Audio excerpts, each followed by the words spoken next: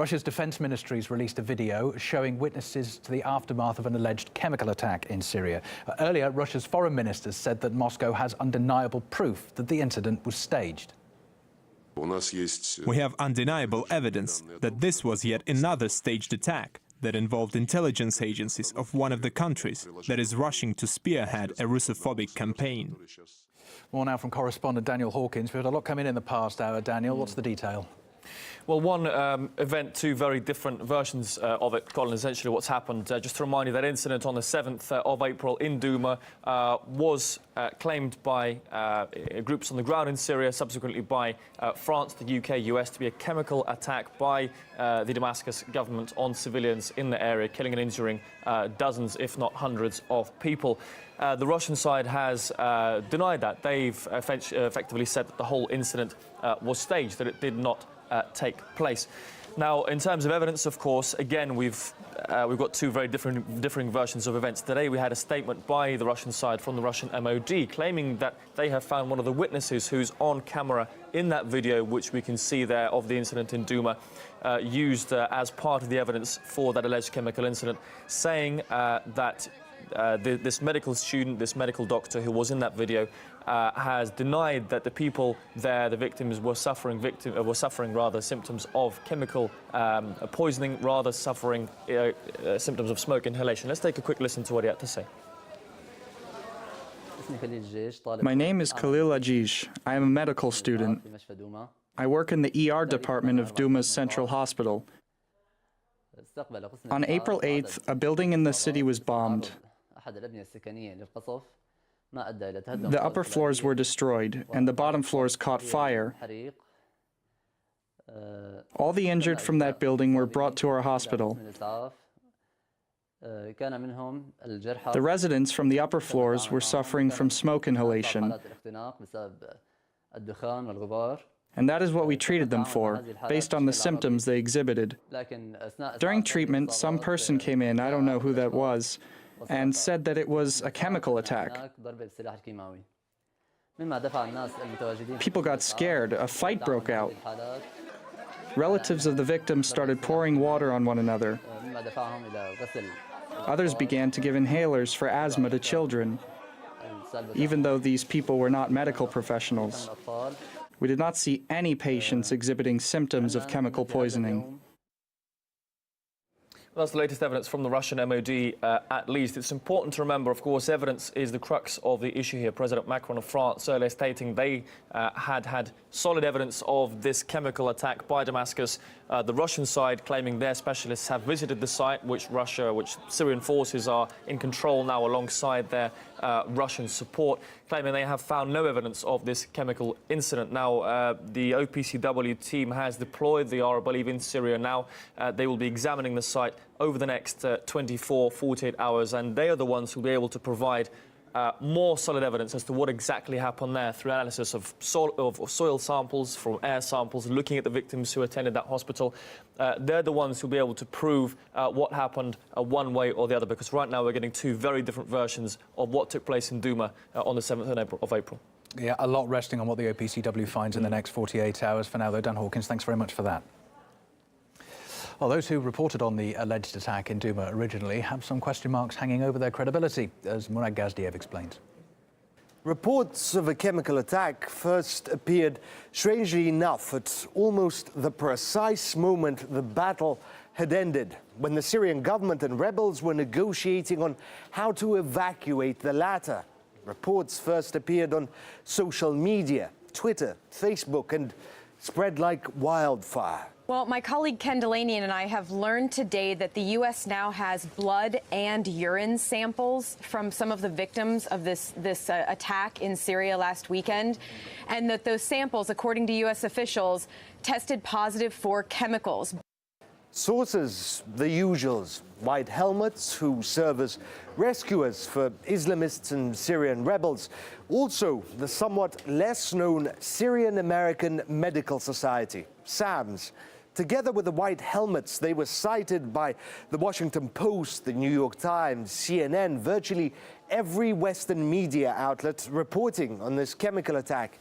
On Saturday, April 7th, amidst continuous bombardment of residential neighborhoods in the city of Douma, more than 500 cases, the majority of whom are women and children, were brought to local medical centers with symptoms indicative of exposure to a chemical agent. SAMS itself is funded by U.S. aid, $6 million in 2015.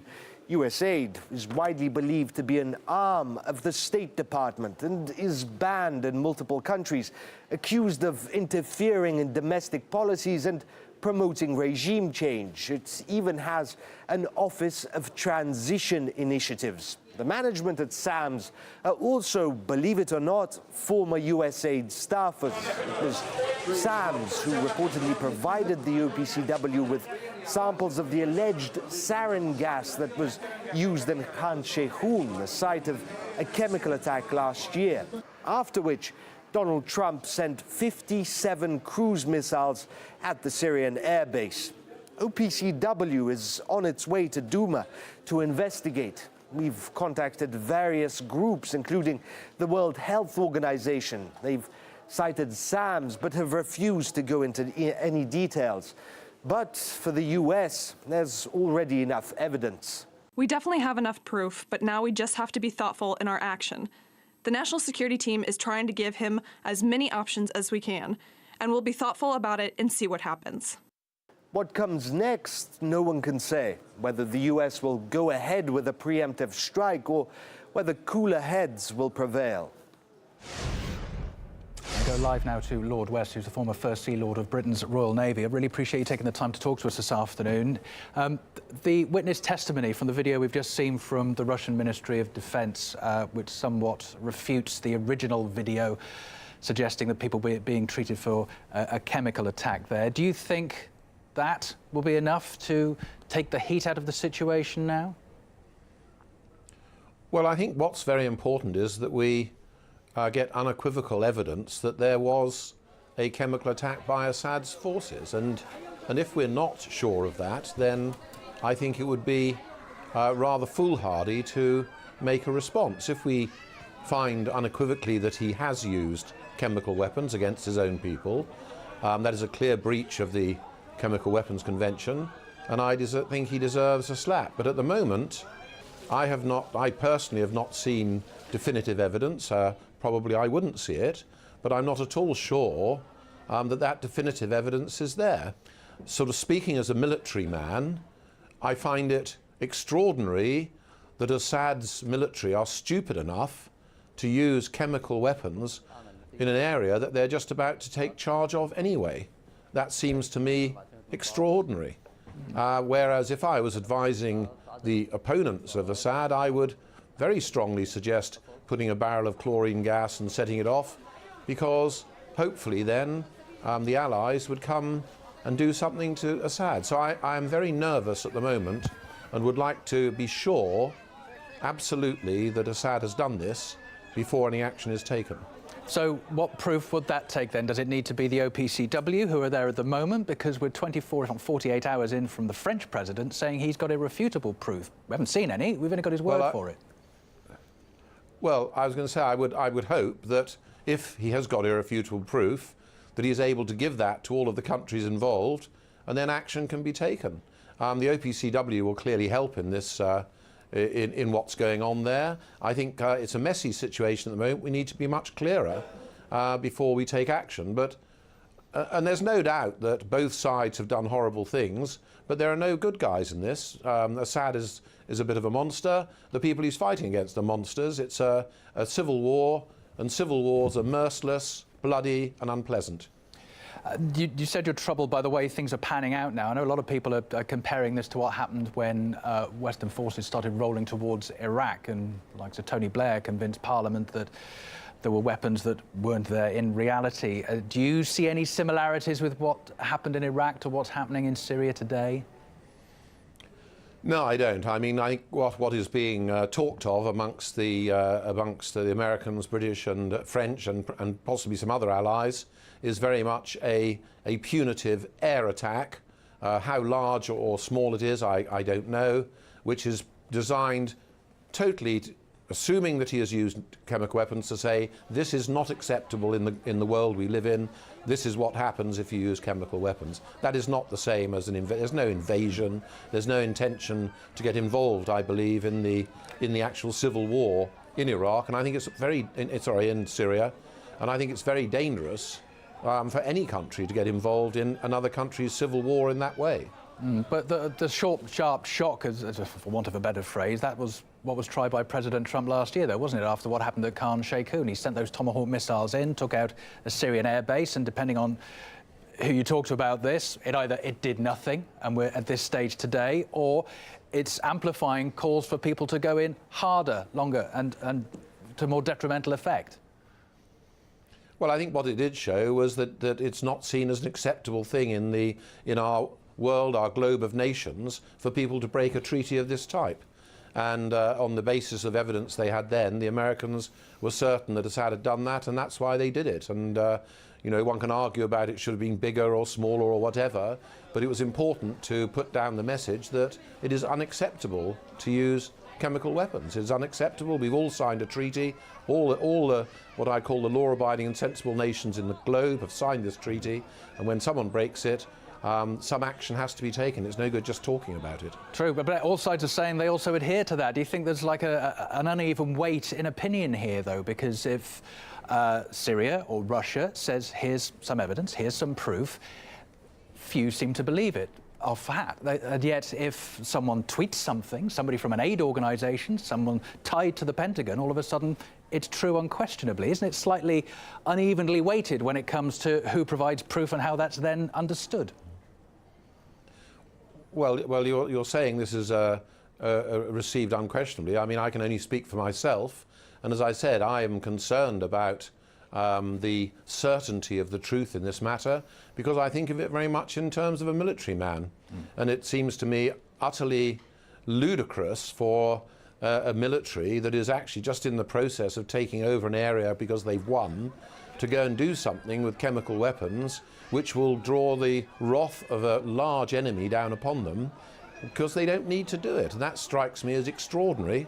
Whereas as a military man, as I say, if I was advising the opponents of Assad, I would be delighted to actually kill a few people there. And let's face it, they don't care if they kill women and children there either, because that would have that effect. So I'm not willing to accept tweets. We need to see uncontrovertible truth about what's happened there, and then make a decision on that basis. What about any military consequences? If there are any strikes, then it's a heavily guarded bit of airspace in that corner of the Mediterranean. If the reports are to be believed, there's a massive US flotilla on its way there now. It's getting very hot in the eastern Mediterranean right now. What would be the consequences if strikes began?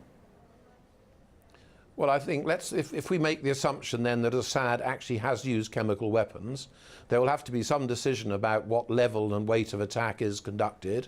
I would hope that through back channels, it certainly happened when I was Chief of Defence Intelligence, that one's talking with other countries there. So, for example, I regularly talked with Russia all the time when I was Chief of Defence Intelligence, and there will be links and talks, and there will be made perfectly clear that this is to teach a lesson because he used chemical weapons. And if that assumption's made, there will then be debates and discussions to make sure that nothing silly happens. But let's not kid ourselves. This is extremely dangerous. We've got a lot of countries involved in this country. There are a lot of forces involved there. There are a lot of assets there.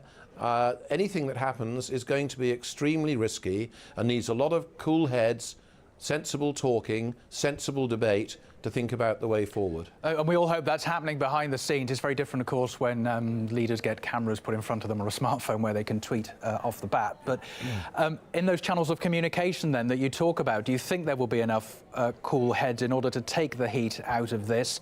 Or do you think some decisions are just going to be made snappily and without regard of the repercussions?